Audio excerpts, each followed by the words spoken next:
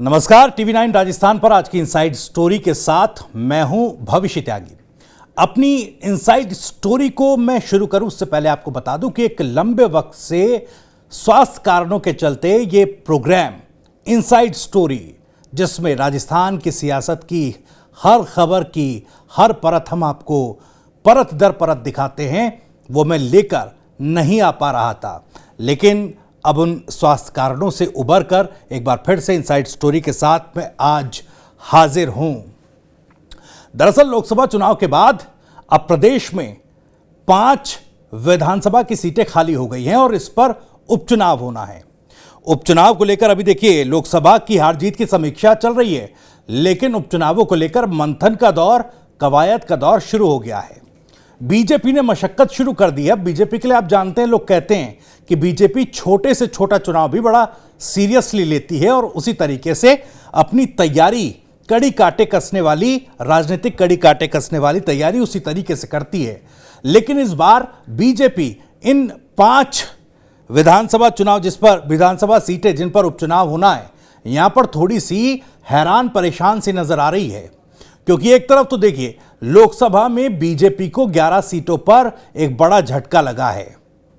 अब 11 सीटों पर झटका राजस्थान में लगा तब जब विधानसभा चुनाव जो कि हाल ही में हुए थे, उनमें एक प्रचंड बहुमत बीजेपी को मिला था। बहुत ही कम वक्त के अंतराल में राजस्थान में सियासी जो मूड है वो बदला।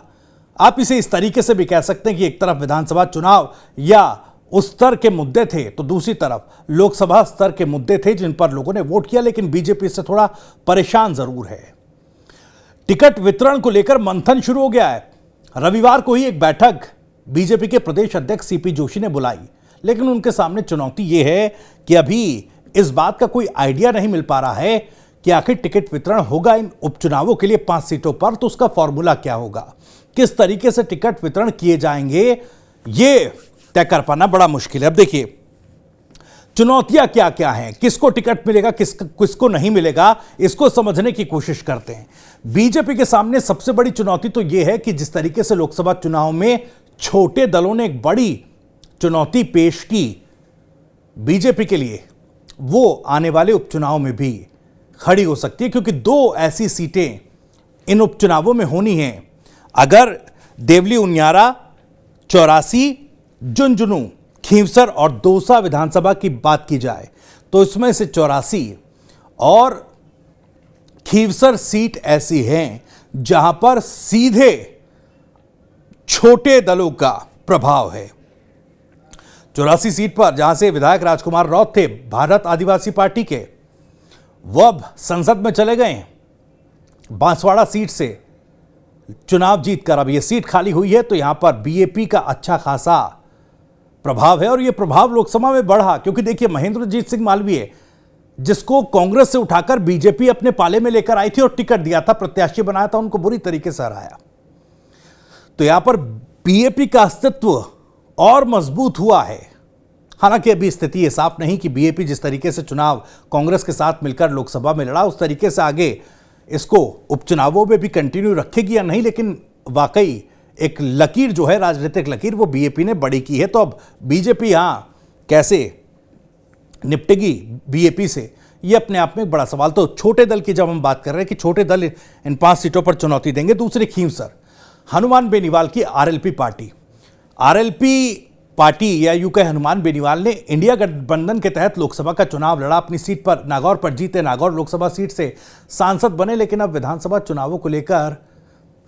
उपचुनावों को लेकर अलग ही रुख दिखा रहे हैं। वो कह रहे हैं कि भाई 4 सीटें अगर देती हैं, 4 से 5 सीटें अगर कांग्रेस पार्टी देती है, वो भी उन सीटों का जिक्र वो कर रहे थे जिन पर कांग्रेस पार्टी पहले से ही मजबूत है, उन सीटों को अगर देती है तो फिर समर्थन में साथ आकर चुनाव लड़ा जा सकता है। यानी इशारा यह दिया था कि इस बार अकेले ही चुनाव लड़ेंगे।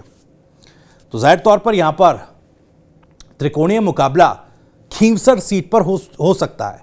खींवसर सीट पर इससे पहले विधायक भी रह चुके हैं हनुमान बेनीवाल। अब फिर से यहां पर एक चुनावी कॉन्टेस्ट होने जा रहा है। अब इस चुनावी कॉन्टेस्ट में टिकट किसको दिया जाएगा? पहले की तरह रेवंत राम डांगा हालांकि हार गए थे 2023 के विधानसभा चुनाव में, क्या उन्हीं पर बीजेपी भरोसा जताएगी? क्योंकि यहां पर एक स्ट्रांग होल्ड छोटे दल होने के नाते भी आरएलपी पार्टी और हनुमान बेनीवाल रखते हैं। इसके साथ साथ देखिए, छोटे दल जो चुनौती देंगे वो तो एक तरफ है, ये इन 5 सीटों में से 2 सीटों पर तो बड़ी समस्या है ही। साथ ही साथ समस्या ये भी है बीजेपी के भीतर कि जो भीतरगात है, जो अंदरूनी कला है, उससे किस तरीके से बचा जाएगा, भीतरगात को कैसे कंट्रोल रखा जाएगा। अब देखिए, हाल ही में विधानसभा के चुनाव हुए, इन 5 सीटों पर बीजेपी हार गई, चुनाव हार गई। 2 पर क्षेत्रीय दलों से और 3 पर कांग्रेस पार्टी से। अब लोकसभा चुनाव में भी ये जो 5 सीटें जिन जिन लोकसभा क्षेत्रों के अंतर्गत आती है, उन लोकसभा क्षेत्रों पर भी बीजेपी को हार का सामना करना पड़ा। मसलन 84 सीट बांसवाड़ा लोकसभा क्षेत्र के अंतर्गत आती है। यहां पर आप देखिए, बीएपी ने जीत दर्ज की है। दौसा की अगर बात की जाए तो दौसा में भी इस बार जो दौसा महत्वपूर्ण सीट थी, किरोड़ीलाल मीणा साहब का दबदबा इस सीट पर माना जाता है और वहां से सांसद भी रह चुके हैं। वहां पर किस तरह की स्थिति है कि इस बार लोकसभा में हार का सामना करना पड़ा है। तो यहां पर भी देवली उनियारिया जो टोंक लोकसभा क्षेत्र के अंतर्गत सीट आती है, यहां पर भी जो है बड़ी टक्कर है।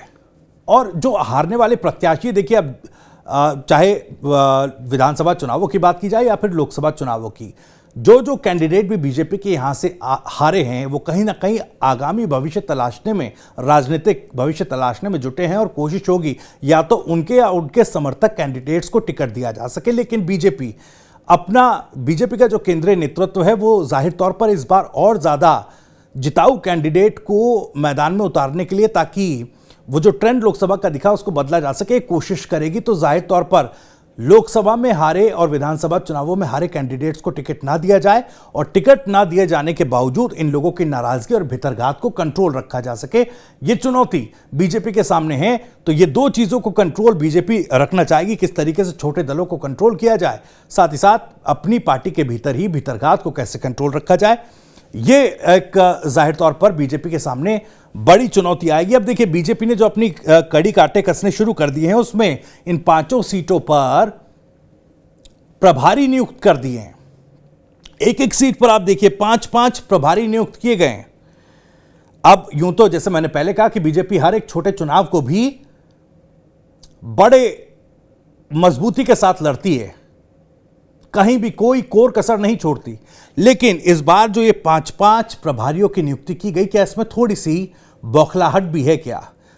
थोड़ी सी वो छटपटाहट भी है क्या, जो लोकसभा चुनाव में मिले झटके के बाद बीजेपी राजस्थान में महसूस कर रही है? अब देखिए, दौसा की ही मैं बात कर लूं, यहां पर जो प्रभारी नियुक्त किए गए हैं उसमें किरोड़ीलाल मीणा साहब तो हैं ही, जो कैबिनेट मंत्री हैं, और दौसा सीट पर उनका इतना प्रभाव माना जाता रहा है कि वो अपने प्रभाव के चलते ही यहां पर चुनाव आर पार कराने की स्थिति में रहा करते हैं। लेकिन अब देखिए, प्रभारी के तौर पर यहां पर किरोड़ीलाल मीणा के साथ साथ डेप्यूटी सीएम साहब प्रेमचंद बैरवा साहब को भी जो है उनको भी प्रभारी के तौर पर उतार दिया गया।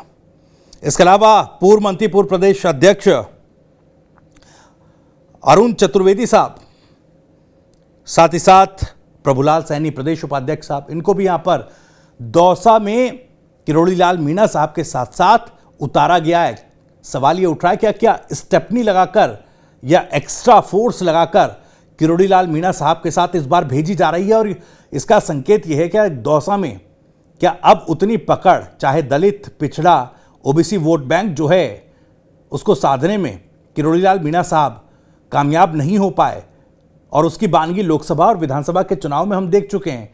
क्या इसीलिए अब एक एक्स्ट्रा फोर्स जो है प्रेमचंद बैरवा, अरुण चतुर्वेदी और प्रभुलाल सैनी साहब जो हैं, इनके रूप में बीजेपी लगा रही है? तो क्या ये अलग अलग छटपटाहट या फिर वो जिस तरीके से कमजोर पार्टी दिखाई दी, उसको, उस गैप को भरने की कोशिश है? तो देखिए, कुल मिलाकर एक एडिशनल फोर्स तो बीजेपी लगा रही है। चुनौती जो 2 मैंने सबसे बड़ी आपको बताई कि फिलहाल फीडबैक भी लिया जा रहा है, स्थानीय स्तर पर फीडबैक लिया जा रहा है, और सबसे जो मैंने 2 चुनौतियां आपको बताई कि भीतरघात और छोटे दलों को कैसे कंट्रोल किया जाए, इसके अलावा जो कैंडिडेट सिलेक्शन का सबसे बड़ा बीजेपी के भीतर इस बार क्राइटेरिया रहने वाला है, वो भी आपको इनसाइड स्टोरी में मैं बताने जा रहा हूं। इन उपचुनावों में इन 5 सीटों पर बीजेपी अपना कैंडिडेट इस तरह से चुनेगी कि जो खामियां लोकसभा और विधानसभा चुनावों में रही या जो एक्सपेरिमेंट रहे उनसे जो नुकसान हुआ है उसकी भरपाई हो जाए।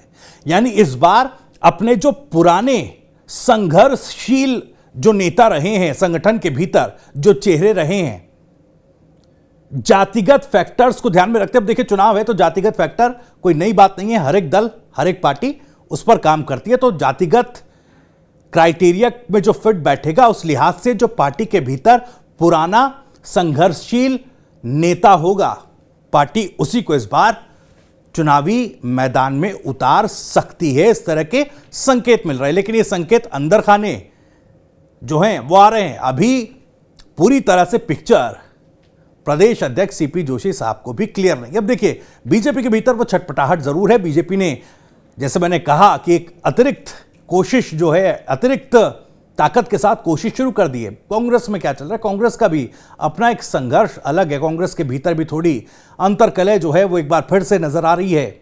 लेकिन आज मसला बीजेपी का था, टिकट वितरण किस तरह होगा और कौन प्रबल, किस तरह का कैंडिडेट प्रबल दावेदार होगा, वो मैंने आपको बताया।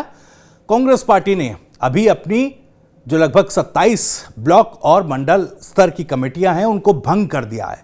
आने वाले समय में किस तरीके से इन 5 सीटों पर होने वाले उपचुनाव के लिए कांग्रेस कदम उठाएगी वो भी आप तक पहुंचाएंगे, और जो उनके कदम होंगे उनके पीछे की असल वजह क्या होगी वो भी इनसाइड स्टोरी में आपको बताएंगे। खैर, आज आपको ये इनसाइड स्टोरी कैसी लगी कमेंट के जरिए हमें जरूर बताइएगा।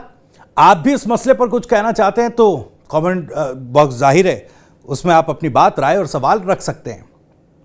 राजस्थान से जुड़ी और भी तमाम खबरों को सबसे पहले जानने के लिए सब्सक्राइब जरूर कर लीजिए TV9 राजस्थान। नमस्कार।